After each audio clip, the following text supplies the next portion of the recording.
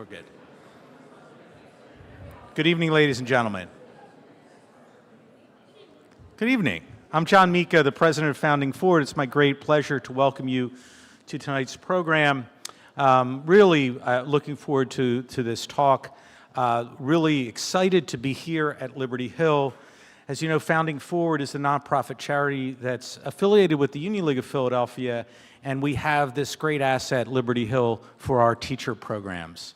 And we have, now I think we're on our 4th teacher program of the summer. We have about 50 teachers from across the country that are here with us, learning about the Constitution from some of the great minds, constitutional and other minds, anywhere. They had a deep dive this morning, I understand, into English law and English political philosophy with Professor Bill Allen, who I'm sure was spectacular, and Yuval, who you'll hear from in a moment. Tomorrow we have John Yu, we have Stephanie Lindquist on Wednesday. It's just an amazing program. And these are teachers from across the country, from Washington State to California, Wyoming, Florida, and even 3 from Pennsylvania. In fact, we have 3 from Pennsylvania, which is 1 more than we have from Wyoming. We have 2 from Wyoming.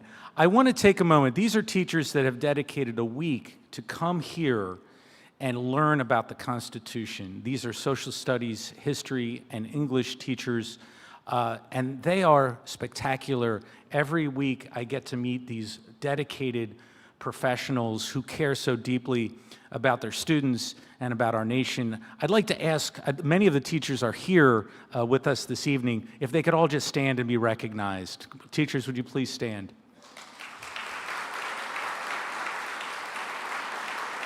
Thank you. A few housekeeping items. First of all, we have a film crew with us this evening. We are doing some promotional video for Founding Forward, and so you can expect to, or there's a possibility that you will be in our film. Now, if you don't want to be in our film for whatever reason, probably the best idea is just to be in the back of the crowd or the back. Now, I don't know why you might not want to be, and that's between you and whoever. But if in fact that's the case, know that we are going to be filming, and there is a chance that you could actually be in our film. We will have a question and answer, which will be moderated by me. Please just raise your hand and use the microphone because we are streaming live. Please also take a moment to silence your cell phones, please. We do look forward to hearing your thoughts on tonight's program and ideas for others. So at the end, we'll put a QR code up there. Please feel free to take a shot of it and fill out the survey. We would greatly appreciate it. Some upcoming programs. Next Tuesday at Torresdale, we have a public affairs program on Argentina's economic rebirth with Augustine Echebarne, who's one of the advisors to Milei in Argentina. It should be a fascinating conversation. Going to be moderated by Sally James. On July 30th at our Valley Forge campus, which, by the way, we have students there this past weekend. We have students coming next weekend. We are jumping at Valley Forge with civics education. We have a Medal of Honor recipient, Ryan Pitts, will be speaking at the Valley Forge campus on July 30th. And then at UL National, we have back with us again the incomparable Jim Mundy, talking about the Union League and the Civil War. Lots of other programs. Please all go on our Founding Forward website and please check them all out. All of this happens through your generosity. We need it. We need more of it. We're getting bigger, and we need your help to make that possible. Thank you for your support. And finally, it's my honor to introduce Michael Thompson. Michael is one of the teachers that's here with us this evening. He has traveled the shortest distance to be with us. He teaches at Saul High School, which is about 2.5 miles from where we are sitting right here in the city of Philadelphia. He's an Army veteran. He teaches history and social studies. This is his first program. And we're thrilled that we have our local audience as well as our national audience here. And now to introduce our program, please welcome Michael.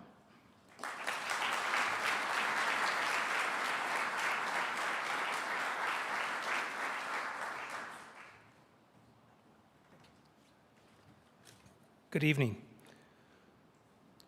Dr. Yuval Levin is the Director of Social, Cultural, and Constitutional Studies at American Enterprise Institute, where he also holds the Beth and Ravenel Curry Chair in Public Policy.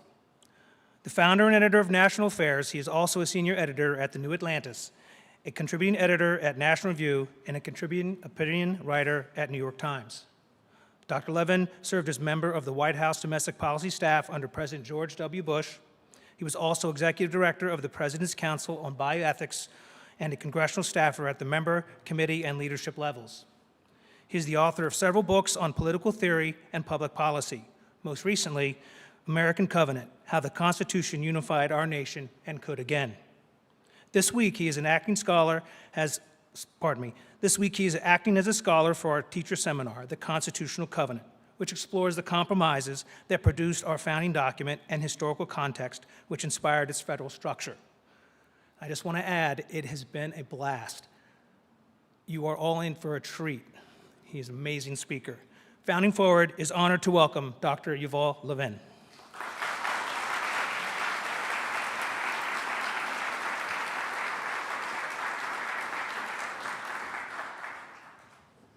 Thank you very much, Michael and John, and thanks to all of you, and thanks to Founding Forward. It's been really a blast today, and I got to spend some time with the teachers who were just so impressive. And you know, I was there to speak, but my inclination was to hear from them, and we got to do a little bit of both, and I'm just very, very grateful for that.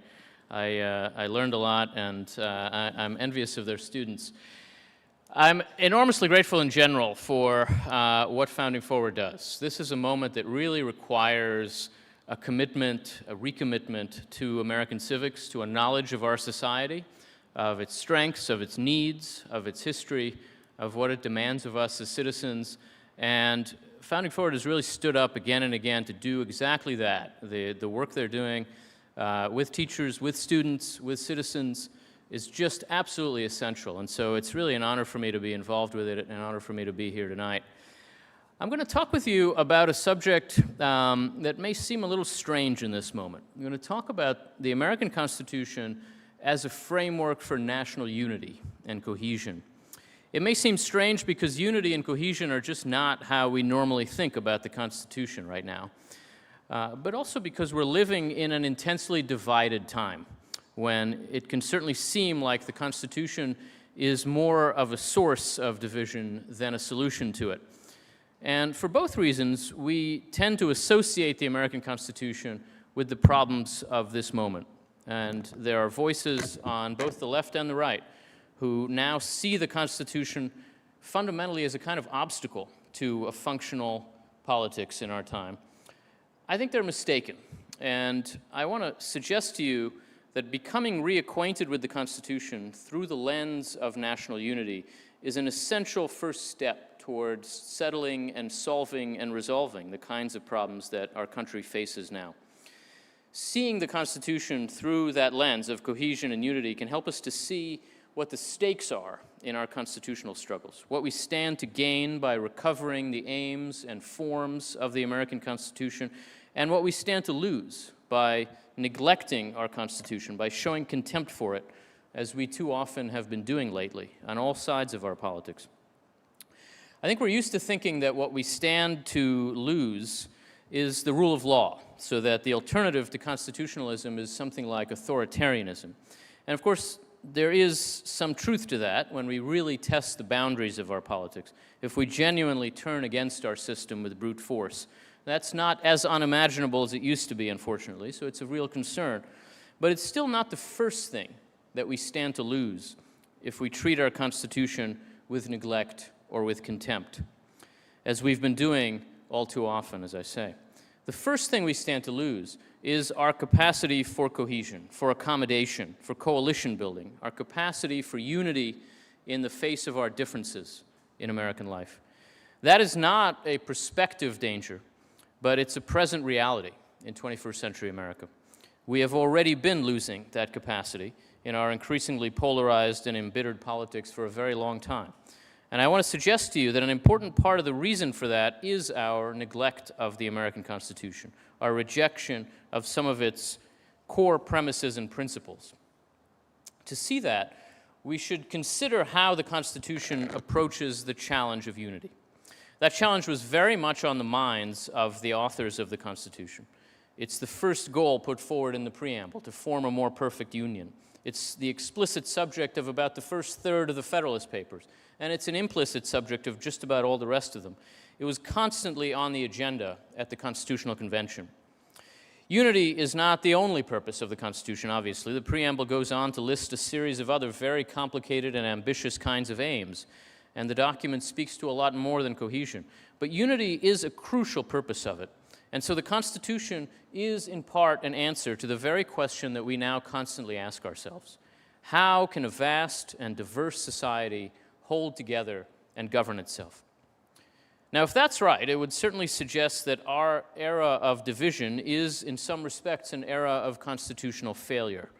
But it should force us to ask how much of that failure is a failure of constitutional practice rather than of constitutional design, and therefore whether a renewal of our politics, a restoration of some of our national cohesion, might require our learning something from the Constitution and from its framers, and to return in some way to its core purpose. It should lead us to consider whether the Constitution might be more like the solution than the problem in this very complicated moment in America.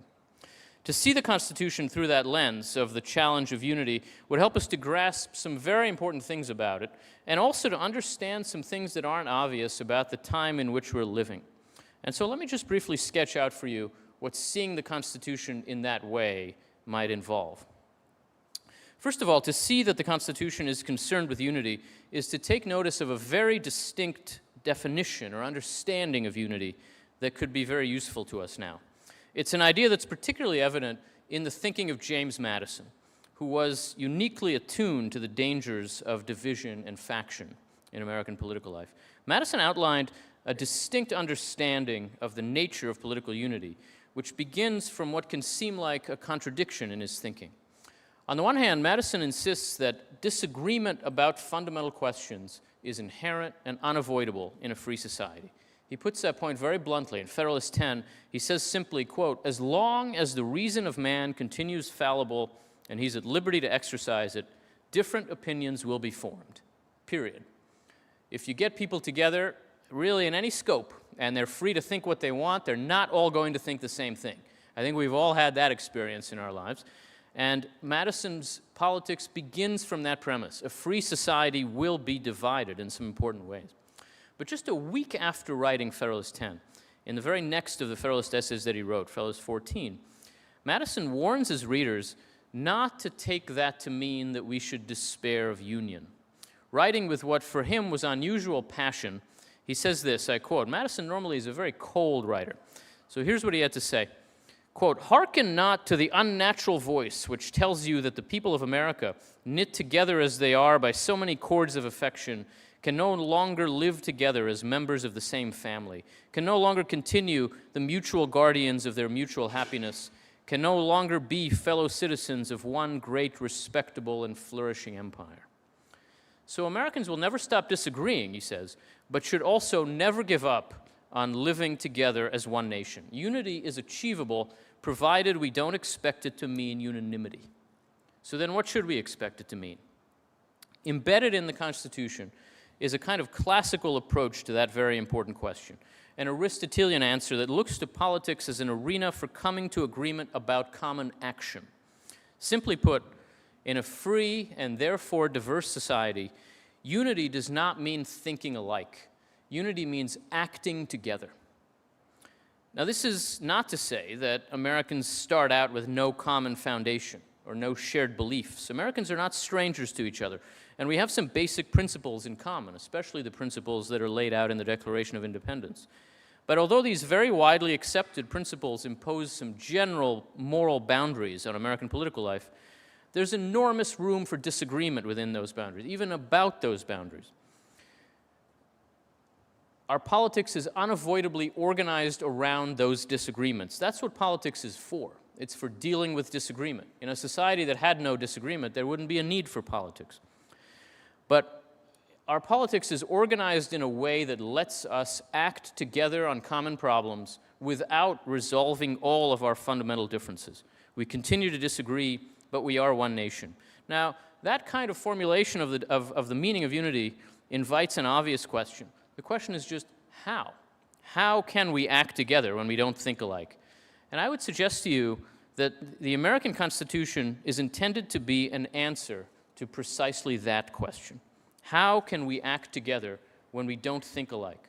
Almost everything that is mysterious and frustrating to many Americans in our time about our system of government is a function of the fact that it is an answer to that question. And a lot of the dysfunction of our contemporary political culture is a consequence of failures of constitutional practice that stand in the way of putting the Constitution's particular answer to that question into effect. That answer is not simple-minded. There is a simple-minded way to answer that question. You can just say, we act together when we don't think alike by taking a vote and doing whatever the majority wants to do. But that kind of answer would endanger minorities, precisely because we do all agree that we are all created equal, and because we've lived a history that has too often trampled over that truth. Americans know that although majority rule is an absolutely essential principle of legitimacy, it can also be a principle of despotism, of oppression. Majorities can be oppressive of individuals and of minorities. Our Constitution looks to help us act together when we don't think alike, while also balancing majority rule and minority rights. That is not a simple task, and ours is therefore not a simple system of government. It looks to broaden majorities before empowering them, to restrain majorities while also relying on them. It deals with tensions like that, even with contradictions, by seeking a kind of dynamic balance between competing pressures. This is its strength, but it's also why the Constitution is so often frustrating to us now. Acting together when we don't think alike requires creating some space for competing approaches to coexist at the same time. It requires compelling opposing factions to bargain and negotiate with each other, to seek accommodations. It requires administering the government in steady, predictable ways in accordance with those accommodations. And it requires enforcing clear boundaries on the powers of majorities and of public officials. That is the work of federalism, of Congress, of the president, and of the courts, respectively. And it all requires a citizenry that is well formed in some core Republican ideas by the very experience of acting together when we don't think alike. We can look at the parts of the Constitution through the lens of this distinct understanding of unity to see how each of those parts is meant to work in this light, and to see what we can learn about the demands of unity in this very complicated time. To begin with, seeing the Constitution that way can help us to avoid a common misunderstanding of American federalism. We tend to view federalism now through the lens of decentralization or subsidiarity. We think that the states and the national government are layered over each other, so that federalism encourages us to emphasize the lower layers, the state and local layers. This is a way of thinking about federalism that is useful to communitarians. I certainly resort to it myself sometimes. But it's not quite right as a way of understanding the purpose of the Constitution. It would be better to think of federalism as describing parallel governments, not layered governments. And the imperative of unity is a key reason why that is. American federalism is intended in part to reduce the number and the scope of political controversies that have to be resolved uniformly at the national level. Federalism emerged as a compromise at the Constitutional Convention, like almost everything else about the Constitution. It was a compromise between partisans of a centralized national state and champions of a decentralized confederation. Their disagreement ultimately came down to a single simple question. Would the national government govern the people directly, with the states serving as kind of administrative districts, like the counties in our states now? Or would the national government govern only the states in a few discrete areas, while the state governments alone govern the people directly and have direct contact with them? Unable to agree on either approach, the convention worked its way toward a kind of novel idea. The state governments and the national government would both govern the people directly, but with regard to different subjects. They explicitly rejected a layered approach in favor of a parallel approach. Broadly speaking, the federal government governs the economy and diplomacy and defense, which may sound like a short list, but it encompasses quite a lot, especially when you think about how much is encompassed under the economy. And the states continue to govern essentially everything else, including deploying the core police powers that constitute most of what government does.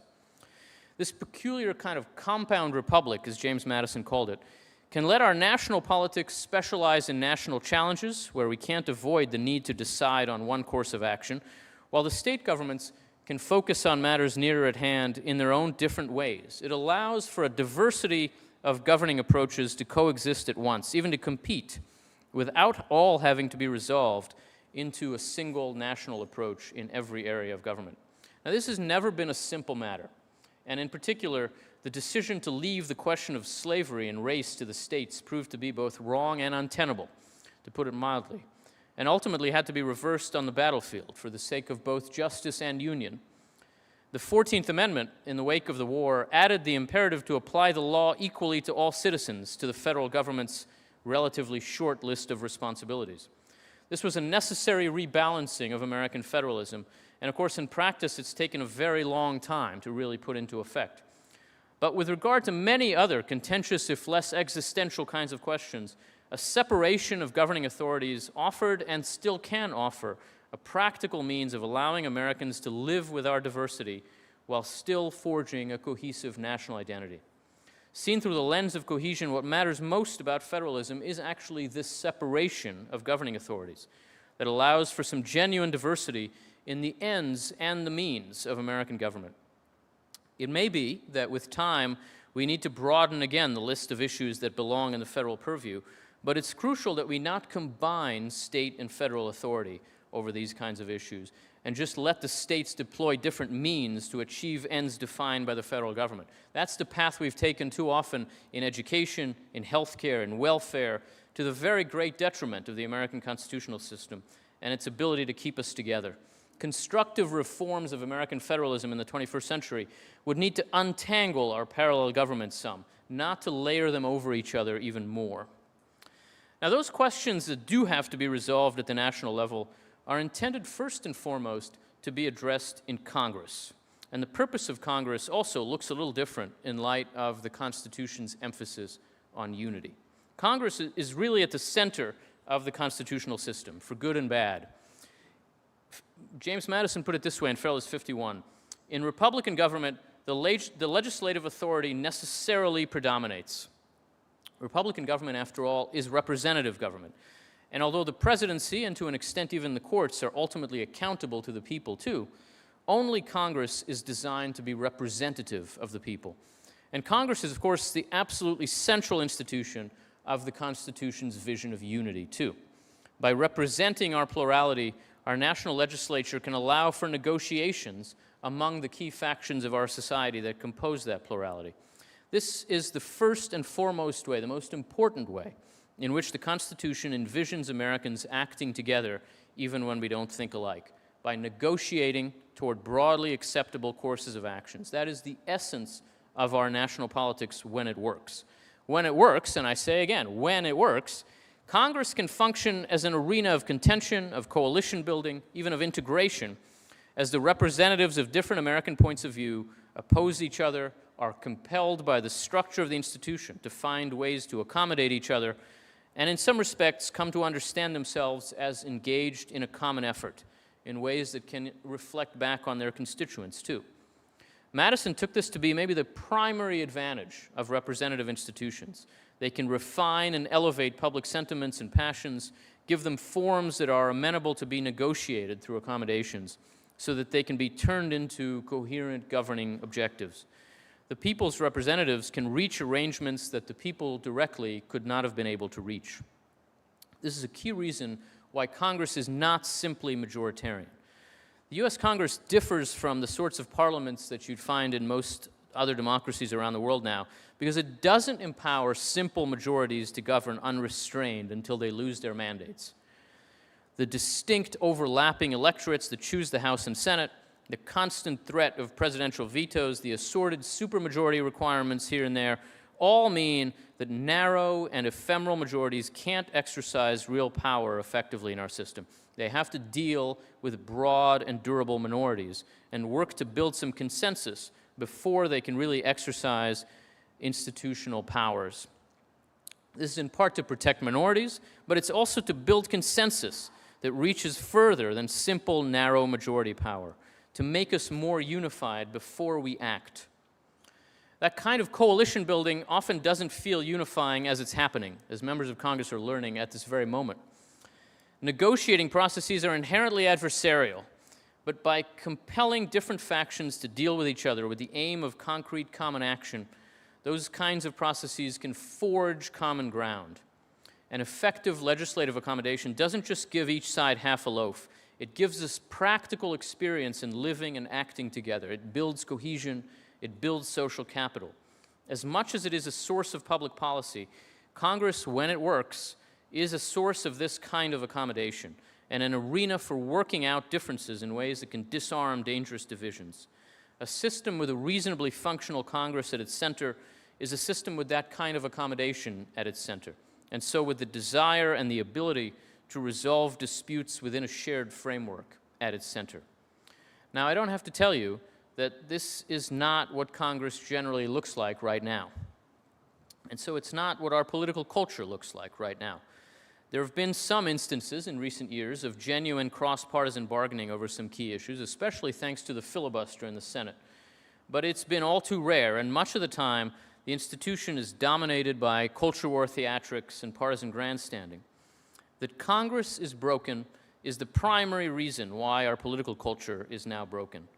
But when reformers think about how Congress might need to change, they too often overlook what it's actually failing to do. Frustrated with the failure to advance their favored legislation, rather than with the failure to advance national cohesion, they often yearn for the model of the more narrowly majoritarian kind of European Parliament. But that kind of model is not likely to produce durable legislation in the American system. And more important than that, it would further undermine the capacity of our politics to engage in common work toward reconcilable goals. If Congress is going to be reformed, it should be reformed in ways that make bargaining across lines of difference more likely, not less necessary. And that is basically the dividing line in thinking about reforms of Congress now. A lot of what reformers want to do, like eliminating the filibuster or centralizing power more in leadership, are ways of making the institution more efficient to get that big bill passed finally. If that were the problem, not passing big bills, that could be a solution. But not passing big bills is actually just a symptom of the problem. The problem is Congress's failure to facilitate cross-partisan bargaining and accommodation. That's its purpose. And if that's the problem, then Congress needs to be less centralized. Then we should all love the filibuster, as I do. It's the only reason we've had any bipartisan legislation in the last 15 years. If the problem to be solved is the absence of accommodation and bargaining, then we need to think about ways of decentralizing Congress, of allowing the work of the committees to matter, of allowing members to engage with each other more. Seeing that more clearly could help us to grasp how improving our practice of constitutionalism could also build better solidarity in a divided society. Now, the task of turning Congress's negotiated frameworks into actual functional administration falls to the President of the United States. But the President's role in facilitating national unity is also not what it might immediately seem to be. Critics of the Constitution who are dissatisfied with how inefficient policymaking by bargaining and accommodation can be often look to the President to act more decisively on behalf of the nation. Some even insist that because the President is the only official elected by a national constituency, the President is also the figure most representative of the public as a whole. Both our current President and his predecessor have made this argument. But that is completely at odds with how the framers understood the office of the President, and I think with how we should understand it too. The presidency is a unitary institution, and so it cannot be a venue for bargaining and accommodation. It is a locus of action, intended both to execute the laws and to respond to demanding practical challenges on behalf of the country. And the framers generally did not view the presidency as representative. The chief executive is elected in order to keep him accountable, but no one person could be representative of a diverse democracy. To imagine that a single individual could hold us together by embodying our unity is to assume away our diversity, to suggest that we're already unified but not adequately represented. This is what a lot of the Constitution's critics implicitly assume. But the opposite is surely closer to the truth. Because we are a diverse society, representing us requires a plural institution, not a unitary one. But the president, among his many other important functions, does have a distinct and crucial role to play in facilitating greater national unity. He does this especially by providing a stable backdrop for our national life, stability, consistency, predictability. What Alexander Hamilton called steady administration forms the executive's distinct and crucial contribution to the unity of our society. Imagine that, steady administration. Stability is essential to social peace. As Madison argued in Federalist 62, precarious, changeable administration makes it impossible for people to feel secure, to make plans, to take risks, to invest, to engage with each other across lines of difference. And unsteadiness in government makes it impossible for anyone to be a faithful, law-abiding citizen. If you don't know what the rules will be tomorrow, it's very hard to decide how to act now. These arguments don't just apply to the executive, obviously. They're crucial with respect to Congress, too, but it's the president, because of his capacity for unitary action and direction, who bears the greatest responsibility to act with steadiness, to avoid sharp changes of direction and reversals of course, even of his predecessor's course, and to keep our government stable and secure. Now, steadiness is not stasis. It doesn't mean standing in place. The president is expected to give a steady direction to our politics, even to some extent to Congress's work, to set general priorities, to propose some legislative measures, to veto ones that he disapproves of. But in doing all of that, his chief purpose, beyond the defense of the nation, is to turn Congress's negotiated directives into steady and consistent administrative action. The framers' emphasis on that particular point is unmistakable. Here, too, our contemporary constitutional practice has become disconnected from its original aims. We've come to think of the president as speaking for a party more than as acting for a nation. And a change of party in the White House now leads to a nasty case of whiplash, as a new president rushes in to undo his predecessor's signature executive actions and put in place new measures of his own, many of which his successor will undo on day one. And the large apparatus of agencies built up around the president, what we've come to call the administrative state, too often functions as a kind of substitute legislature on his behalf, less slow and cumbersome than Congress, but not less partisan. A parliament of lawyers that's eager to fill through vigorous administrative action the various policy vacuums that the Constitution intended only incremental legislative accommodation to fill. This obviously undermines the work of steady administration, but it is at least as harmful to our society's capacity for unity and for civic peace. It vastly increases the stakes of our presidential elections. It encourages us to see our society as two opposing camps arrayed against each other for control of the instruments of power. It raises the temperature of our politics enormously. We live in a moment now when it just matters way too much who the president is. We're not crazy to think it matters. It does matter, but it matters more than the Constitution intends it to matter. And therefore, the stakes are so high that the kind of politics that our system wants us to have becomes impossible. So reining in that kind of power and reining in the administrative state is therefore not just a matter of constraining government power. It would offer us a way to recover the capacity of our governing institutions to forge some of the common ground that we lack, and the capacity of the presidency to secure a stable backdrop for American public life. The courts are also essential in making greater unity possible, but again, not quite in the way that we might first imagine. The crucial service that the courts provide on that front is not the resolution of disputes that divide our free society. Courts obviously do resolve disputes, that's what they do. But they're intended to resolve disputes about what the law is, not what it should be.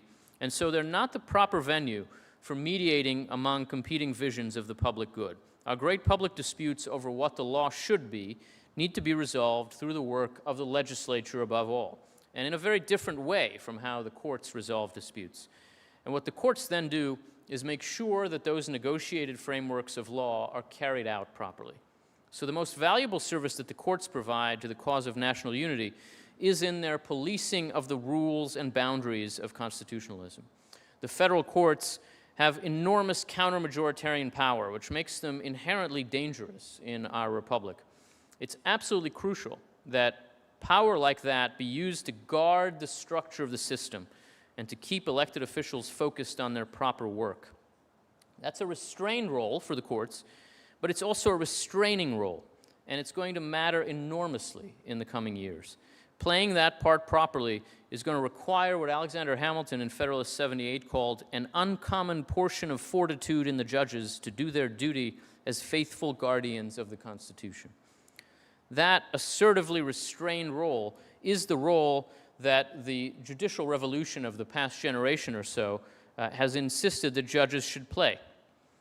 The American right may now be in the process of forgetting that role and its limits, but the courts must not forget that role and its limits. The idea that conservatives brought to how we think about the judiciary should now be everyone's idea of how we think about the judiciary. It has succeeded and put judges in a position to help our constitutional system find its way back to its proper shape and structure. And it's crucial that this not be the moment when the very people who have made this revolution possible turn against it and look for a kind of activist judiciary of their own. It's crucial that the courts remember what their role ought to be. Elite fiats are not a way to resolve divisive differences in our society. Whether they come from the right or from the left, they're bad for American public life. They only deepen divisions. And so the courts instead have to protect the space in which genuine resolution of disagreements can happen, and especially the space in which Congress does its essential work, while also protecting the rights of individuals and of minorities against majority power as guaranteed by the Constitution. It can do both of these things at once by keeping everyone involved, public officials and citizens, true to the Constitution and bounded by its structure and substance. It should prevent end runs around the Constitution rather than facilitate them. Now, we have to say, end runs are absolutely rampant now, and none of the institutions of our system work in quite the way that they were intended, or quite the way that I've described them here. That is in no small part, I would say, because the Constitution's vision of the nature of unity in a free society has always been very controversial and contested. The idea that the Constitution exists to let us act together even when we don't think alike has actually never sat very easily with critics of our constitutional system. The deepest critics have always been what I would call integralist objectors to the Madisonian system. They argue that the system has to answer to one voice, one vision of the good, or else it can't work. Woodrow Wilson was the most articulate of these critics. He argued that the framers operated with what he called a Newtonian image of government as a machine, but that in reality, government has to work more like an organism. And that means that separating powers and setting interests off against each other makes no sense. He put it this way, I quote, "No living thing can have its organs offset against each other as checks and live. On the contrary, its life is dependent upon their cooperation, their ready response to the commands of intelligence, their amicable community of purpose." He saw our government, in other words, as one living thing, not a kind of assemblage of institutions.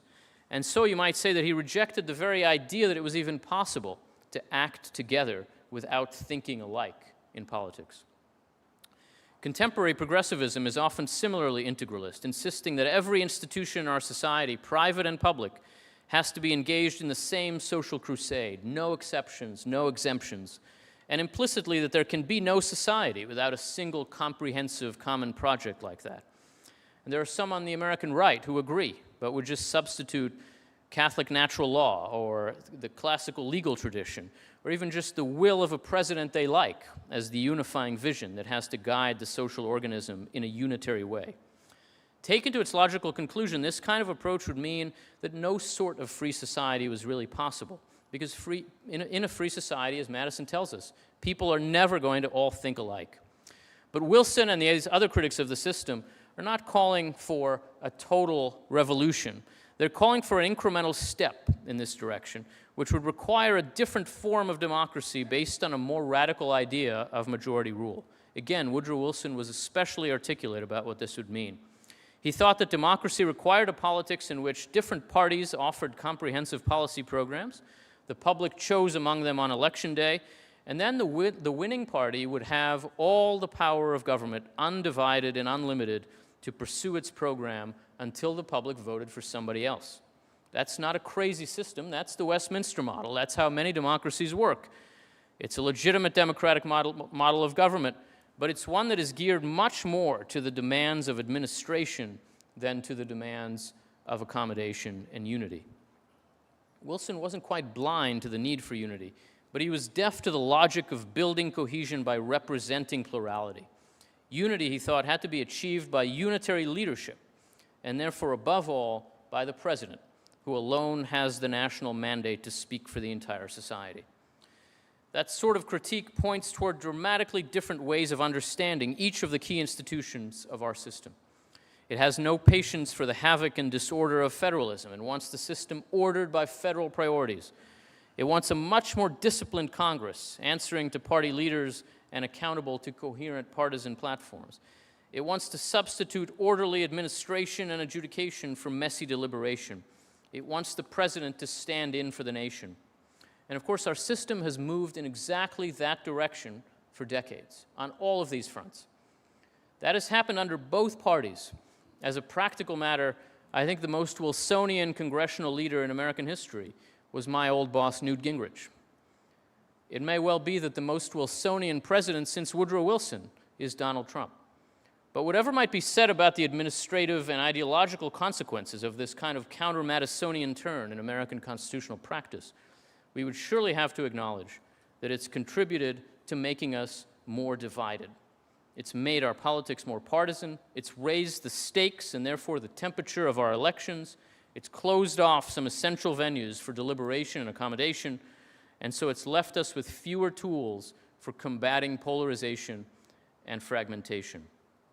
This turn in our constitutionalism is not the only reason why we are divided, needless to say. But it is, I think, why we believe that our Constitution can't help us address our divisions, why we think it's a relic with nothing to offer us. In reality, the Constitution was designed to address just the kind of problem that we are facing and could make a very real difference if we let it. Better grasping the presumptions and ambitions that underlie the Madisonian system could help us to see that in our divided moment, the Constitution is much less the problem than the solution, or at least that we need to let the logic of that system better inform our practice of constitutionalism. There's one final lesson that I think we can draw from the peculiar approach of the American Constitution to the challenge of unity that could be very helpful for us now. And it points back towards some of the more serious criticisms that are now offered of our system. These critics are generally arguing for, as I say, a simpler majoritarianism. They suggest that our system is standing in the way of change that the public wants. And so they imply that our divisions are just illusions, that we're actually fairly unified, but are denied what we want by a system that is geared to frustrate us. There have been times in American history when something like that has been true, when the deliberate recalcitrance of the Constitution has been our major constitutional problem, when large majorities of Americans expressed a clear set of desires for an extended period of time, but were denied what they sought by the institutional rigidity of our system. But there have been other times when strife and discord in our society have been our biggest constitutional problems, when Americans were bitterly divided, viewed one another more as enemies than friends, and so have been unable to form clear, durable political aspirations beyond getting rid of their opponents. We are plainly living now in one of those latter moments. There is no broad and durable American majority advancing a coherent agenda that is obstructed by our institutions today. Every election for a generation has been razor thin. Simple majoritarianism just wouldn't be very useful when we don't have clear majorities for much of anything. Rather, our politics overflows now with partisan bile, and each of our major parties views the other as the country's biggest problem. Our problem is not that we are not expressing our broadly shared aspirations in public policy. It's that we are not forming broadly shared aspirations. That's what we need help with from our system. We need help in finding ways to act together when we don't think alike. And that suggests that we're going to need to choose to prioritize cohesion, coalition building, and the forging of trust. To do that, we need to begin by recognizing that these are precisely the original aims of the American Constitution. and that today's intense disunity has been driven, at least in part, by our broken constitutional practice, which has undermined the means by which these aims can be pursued in our system. To recover those means, to better pursue those aims, we'll need to recover an understanding of unity that undergirds the Constitution, to grasp its appeal and its truth, to think about reforms of institutions in its light. Rather than rush to reshape our institutions in the mold of our worst contemporary civic vices, we should let the structure of our institutions teach us something about the ways in which we're now getting politics wrong, and should then think about how we might reform our institutions to better achieve their own highest aims. That aspiration suggests not only an agenda for reform, but a particular spirit in which to approach the work. Citizens who want to see our society grow stronger should approach its institutions in a spirit of repair, informed by a sense of what's missing and gone wrong, but inspired by a sense of what is good in what we have and what has served us well. This moment tempts us to repudiate our inheritance, but it actually requires us to renew it. Americans are now very often angry at our Constitution because we sense that it's broken down. But if we better grasped that we have broken it, then we could see that it needs us if it's going to serve us. By rising to repair it, we can enable it again to repair our society and to bring us closer together, as it was made to do.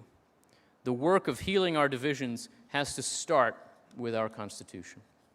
Thank you very much.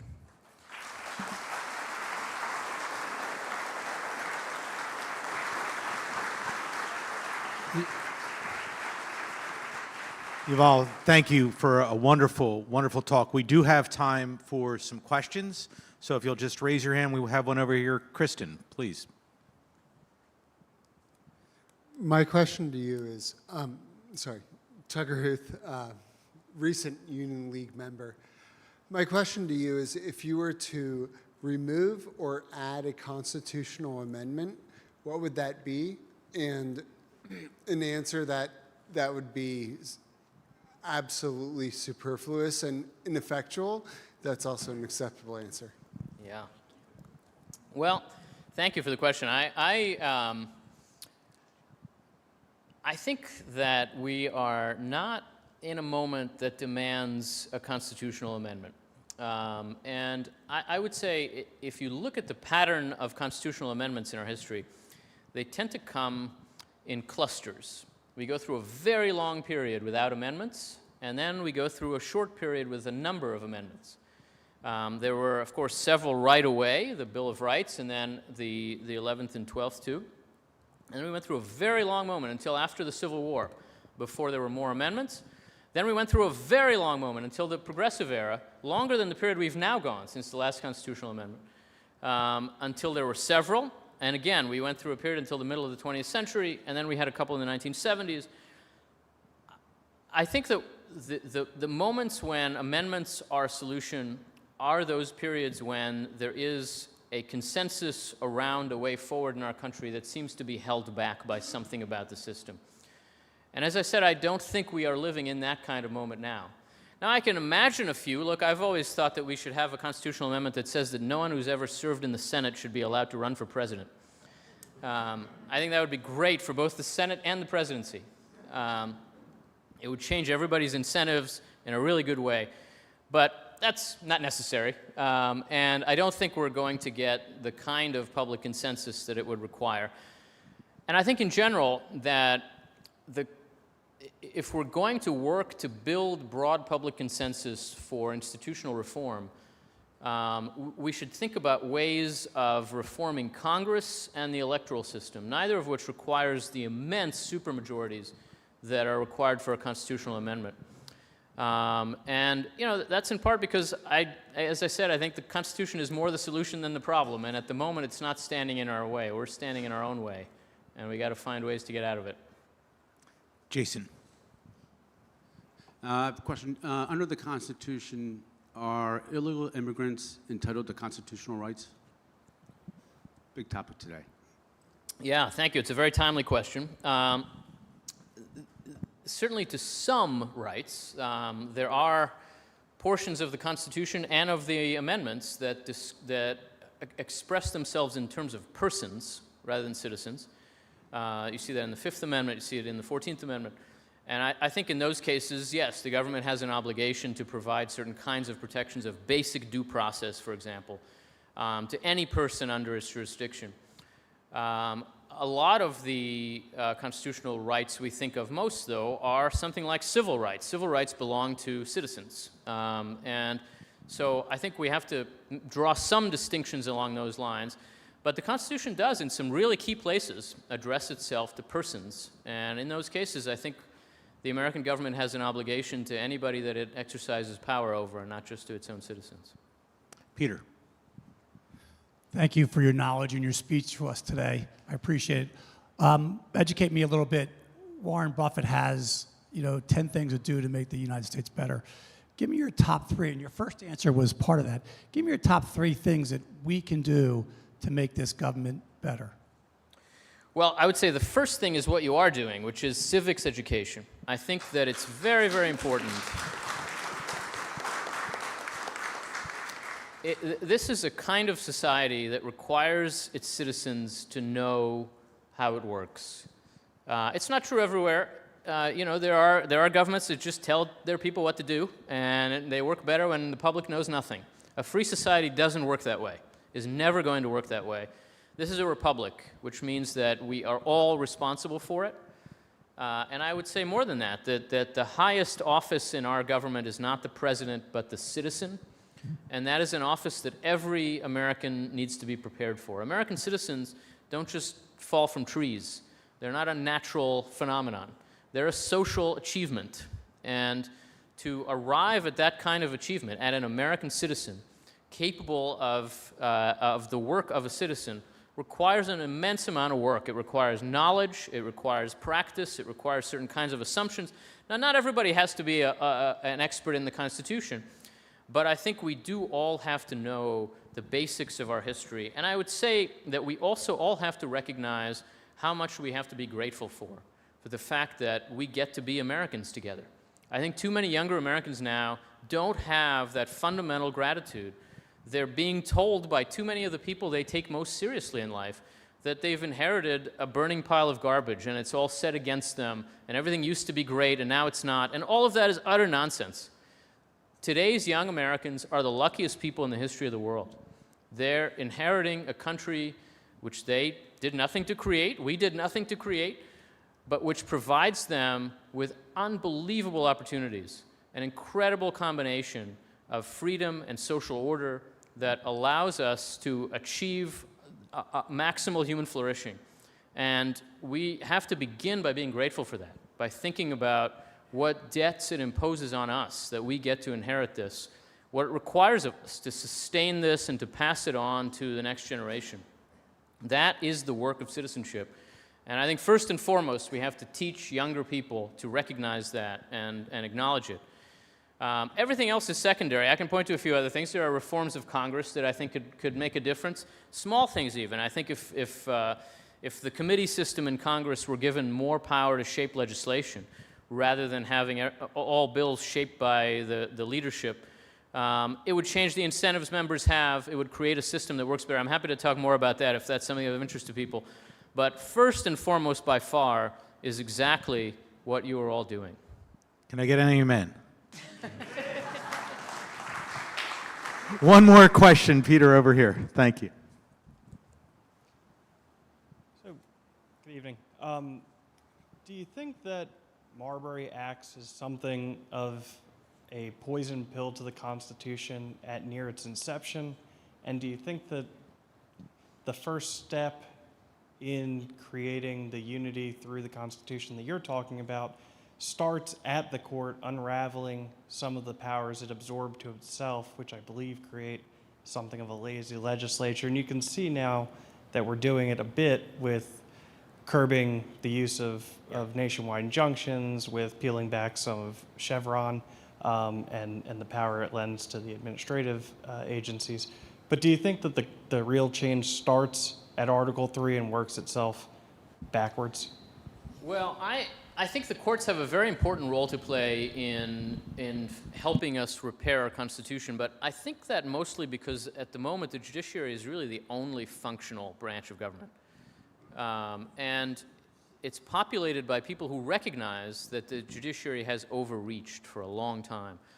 It's very rare to see people using their power to limit their power, and that is what today's Supreme Court is doing in ways that I think are very, very constructive and helpful. But the deepest constitutional problem we face is not the overactive court, it's not the overactive president, it's the underactive Congress. The problem is Congress not playing its part. And the fact that Congress has willfully abdicated its role is why presidents rush in to fill the vacuum, is why judges rush in to fill the vacuum. That vacuum wouldn't be there if Congress were doing its job. And a huge amount of what the Supreme Court does now, especially in its administrative law docket, is just beg Congress to get to work. A summary of all the administrative law decisions of the past 10 years are basically, please legislate. This can't work like this. And Congress has not taken that advice. So I wouldn't say it starts with Marbury. I do think that judicial review is implicitly a part of the logic of the Constitution, that there is a role for the courts in saying what the law is. But I certainly think that the courts overreached in an extreme way in the 20th century in particular, that has needed to be rolled back, and it has been rolled back some in recent years. I certainly want to see more of that, but in order for that rolling back to help, Congress will have to step back in and fill that gap, and that is the chief challenge now. Ladies and gentlemen, please thank Yuval Levin. Thank you.